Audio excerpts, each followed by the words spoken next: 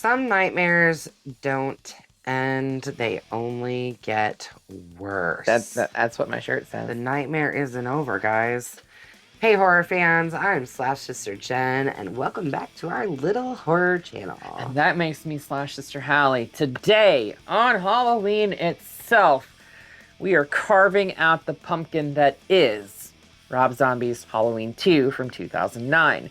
The sequel to his 2007 remake of the classic slasher that we just did 2 days ago. Yep. Directed by Rob Zombie, this entry stars Malcolm McDowell, Scout Taylor Compton again, and Tyler Mane coming back as the monstrously sized Michael Myers. It also brings back Daniel Harris and Brad Dourif. I think those are the only other two returning actors. Well, besides Sherry Moon Zombie. Sherry Moon Zombie, which we don't want to talk about that just yet. Nope.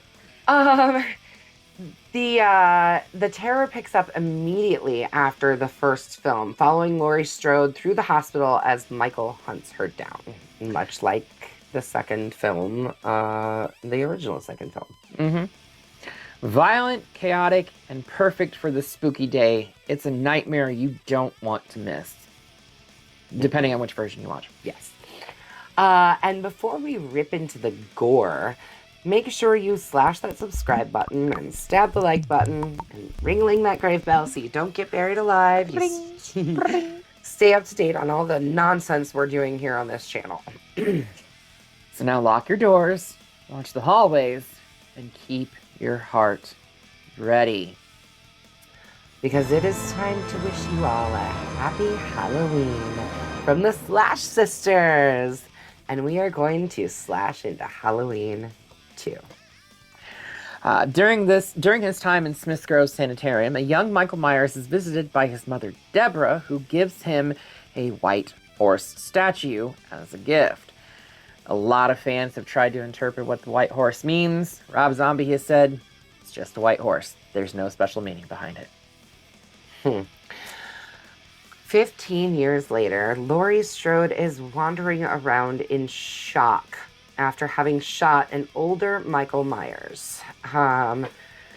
Sheriff Lee Brackett finds Laurie and takes her to the hospital. Meanwhile, the paramedics pick up Annie Brackett and Michael's psychiatrist, Dr. Sam Loomis, who all survived being attacked by Michael, and take them all to the hospital. Yeah, Michael's body is taken in another ambulance. Actually, I think it's a coroner's van. When the driver has a traffic accident. Cow! Right. Cow! I do have to, the two actors here are fucking phenomenal. Richard Brake! And, oh God. I can't think of his name. He's been in some Rob Zombie movies, but he's also he was on The Sopranos. He was in Sons. He was the sheriff of Sons. Yeah. Unger from Sons. Yeah. So, this guy. Yep. Anyways, I can't think of what his name is, but it's like something Callie. Yeah. So there. I have to say. All right, look, they're telling jokes. They're being gross. Well, Richard Brake's being gross. Richard Brake's being gross, but the other guy's the one who tells the funniest joke I've ever heard. I don't know, maybe not ever heard, but one of my favorite jokes. And I'm not going to finish it on camera, but you guys know it from watching the movie. If you've seen it. But he says, what's the difference between jam and jelly? Yeah. I'm not going to finish the joke. Nope. The punchline is gross. In the ether. Yes. But anyway, after they hit the cow and Richard Brake is like... Yeah, like dead almost. Well, yeah, he's pretty fucked up. The other guy's dead, but Richard Brake's fucked up. Michael awakens, escapes, and kills Richard Brake's character by, like, basically smashing his head against the dashboard. Yeah. So, we cut to 1 year later. Well, I mean, you know... Approximately. Michael does attack Laurie in the hospital and everything, and then... Yes. And she meets, like, the security guard buddy or whatever. Oh, right. Yeah, we missed all of that. Yeah. So, yeah, he goes back to the... cut that out of the script. It wasn't in our script, but it was in the movie's script. So we better talk about it. Right. Yeah, so Michael goes back to the hospital. Right. Like, well, walks to the hospital, doesn't he? Right, pretty much. Lori wakes up. She's like battered and bandaged and everything like that. She's got a boot on one of her legs and she's hobbling around. She's trying to get to Annie and the nurse, who's played by Octavia Spencer. And I don't know if you saw who the doctor was in this scene. Maybe I wasn't paying close enough attention. Stretch. Was it really? Caroline Williams from Texas Chainsaw Massacre 2. Yes. Yes, it was. That's my girl. Right. Shit. But anyway, she plays the doctor. She takes off. Michael shows up, basically like stabs Octavia Spencer in the face. Yeah, right in the face. Slices her right down the face. Right, and like she's walking around like everything's fine, and then she turns around, looks at Lori, and she's like, and just blood starts pouring. Yeah. But then Michael chases her through the hospital. She makes it out to like the security. The security guy, which is Buddy. Yeah. He says that, don't worry, I'm gonna go get my car. And he comes back, and it takes a while, and she's like hiding in there. And he's like, I'm sorry, the car's very old. It doesn't like to start in the rain. And it is fucking pouring rain. And yeah, Michael attacks him, kills him, and tries to break into the hut, trying to kill her. I mean, he just breaks the hut down. Yeah. With his bare hands. And then we cut to 1 year later. Yeah, how did she get away from him? I don't know that actually happened. I think it was actually a completely dream sequence that she was having. So? Yeah, because she wakes up from a nightmare. Okay. So maybe he did attack her, and she got away again. But this was like a nightmare. This was a nightmare she was having, and as a result of the trauma that she experienced 1 year ago on Halloween, she's been suffering from these delusional nightmares and psychosis, and that makes sense. She's numbing herself with drugs and alcohol and all this other stuff. So okay. Now I'm following a little bit better. At least that's the way I interpreted it. No. I could be completely wrong, but I think that's what it was. I agree with you. Because all right. They state a little bit later that after the car accident with Michael involved, his body never just found went, his body. His body just went missing. Right. So maybe he didn't attack her at all. Maybe it was all in her just fucking has head. dreams that he's attacking her. Right. Like nightmares that he's still after her. Yeah. Okay. That makes complete sense. So 1 year later, we see Lori, who is now living with the Bracketts, with Sheriff Brackett and Annie. For her. Yeah. I mean, her entire fucking family's dead, so who else is she gonna live with? Somewhere. Michael has been missing and is presumed dead, but they've never found a body. Nope. While Lori deals with her trauma, Dr. Loomis has chosen to turn the event into an opportunity to write another book. Yeah, so that was like the one stipulation that Michael McDowell had about coming back, is he did not want to play the same type of character that Donald Pleasance did. He very much wanted to change the character's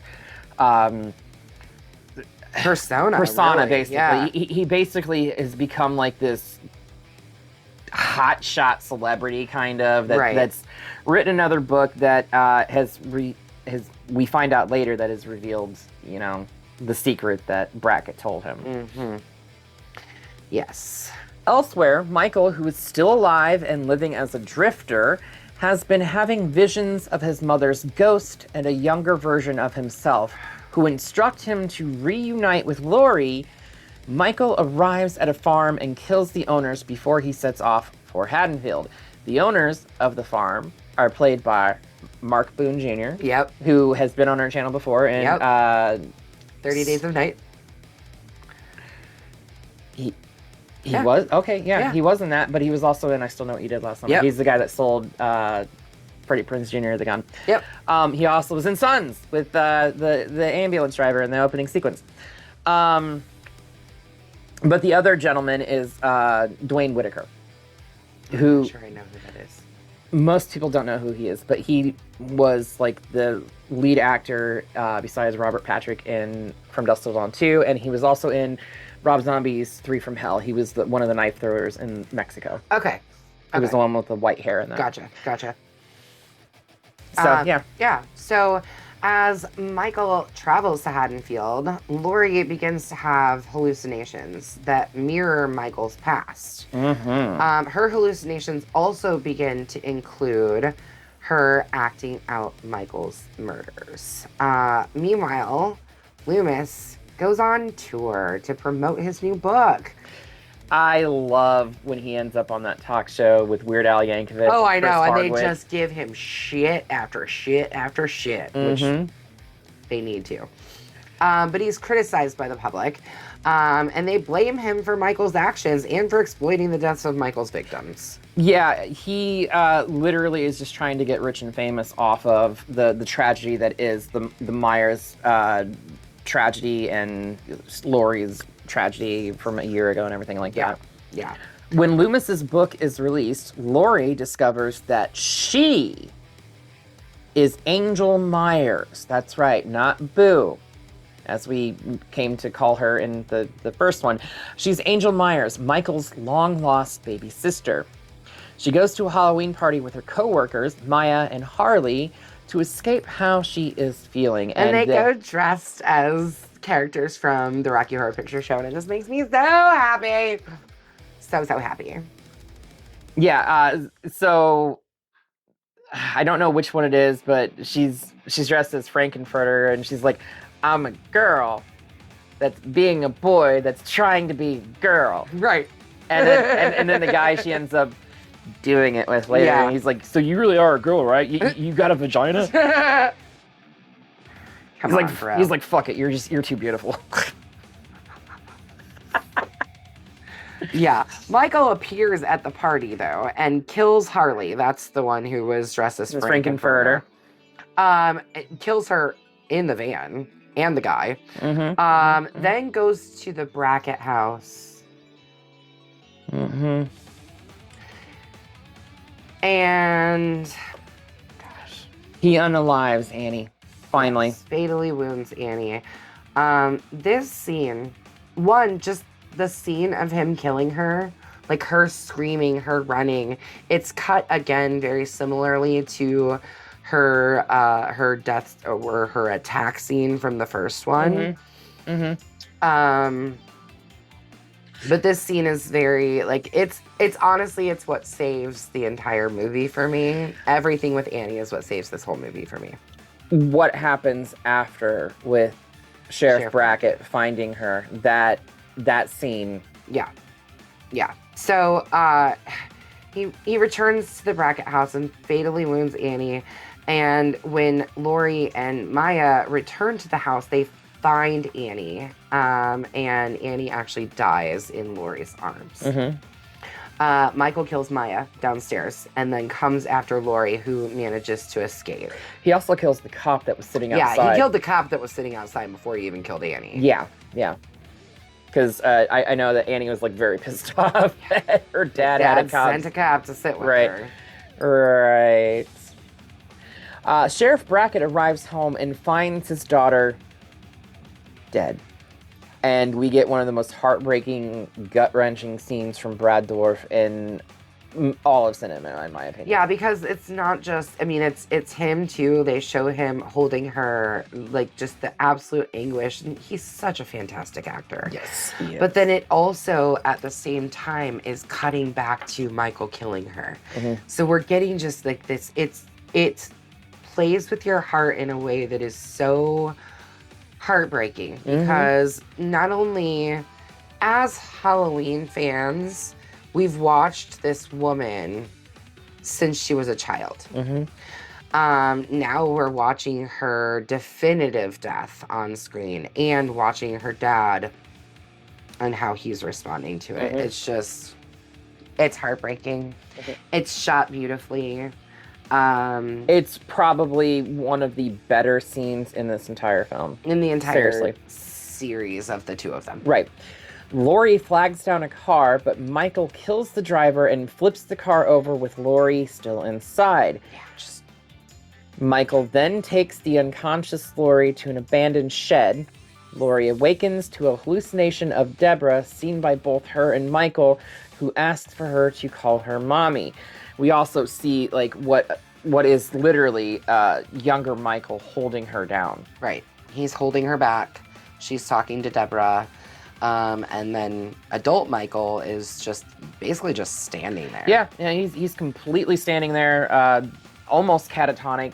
Because I think what it is I think the way... I think he's having a vision. So I think that what it is like his psyche is kind of like split right now. So we have adult Michael who's checked out, but we have young Michael that who is having this fantasy with his mom. Yeah. Of his mom and holding his sister down and everything like that. And bringing them all together. It's almost time. It's almost time. Yeah. The police discover Michael's location and surround the shed. Like, they straight up, like, there is choppers there. They have got him completely surrounded. There is no way Michael is getting out of this. No. Loomis arrives and goes inside to try and reason with Michael.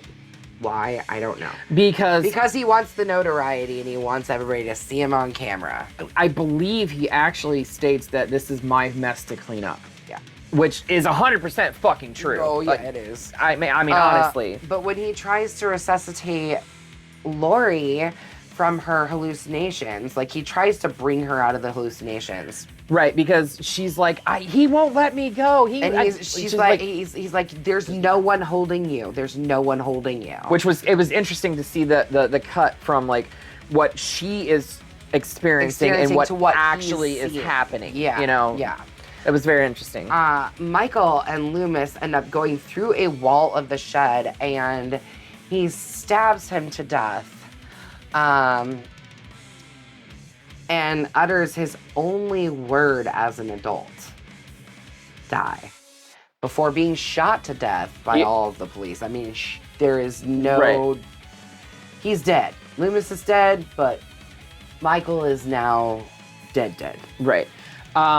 So Michael is also not wearing the mask anymore. The mask has been taken off. And we see an adult Michael, like, literally speak this word. He's like long hair, full beard and everything like that. But yeah, this is like one of the few times where we see adult Michael fully unmasked. Lori exits the cabin, shed, whatever you want to fucking call it, holding Michael's knife and is shot dead by the police as well. In an hallucination scene, Lori sits in isolation in a white hallway, grinning as Deborah's ghost approaches with the white horse. And that's how we end this fucking series. Bleh!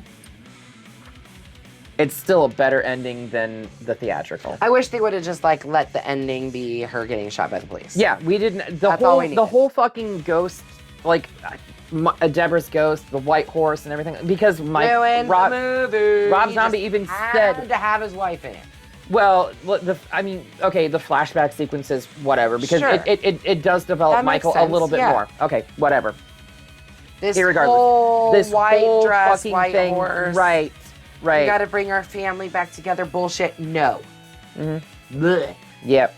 Could have done without that story plot. And honestly, Rob Zombie didn't even want to fucking make it. He was kind of coaxed into making it because he had such a terrible experience working on the first one.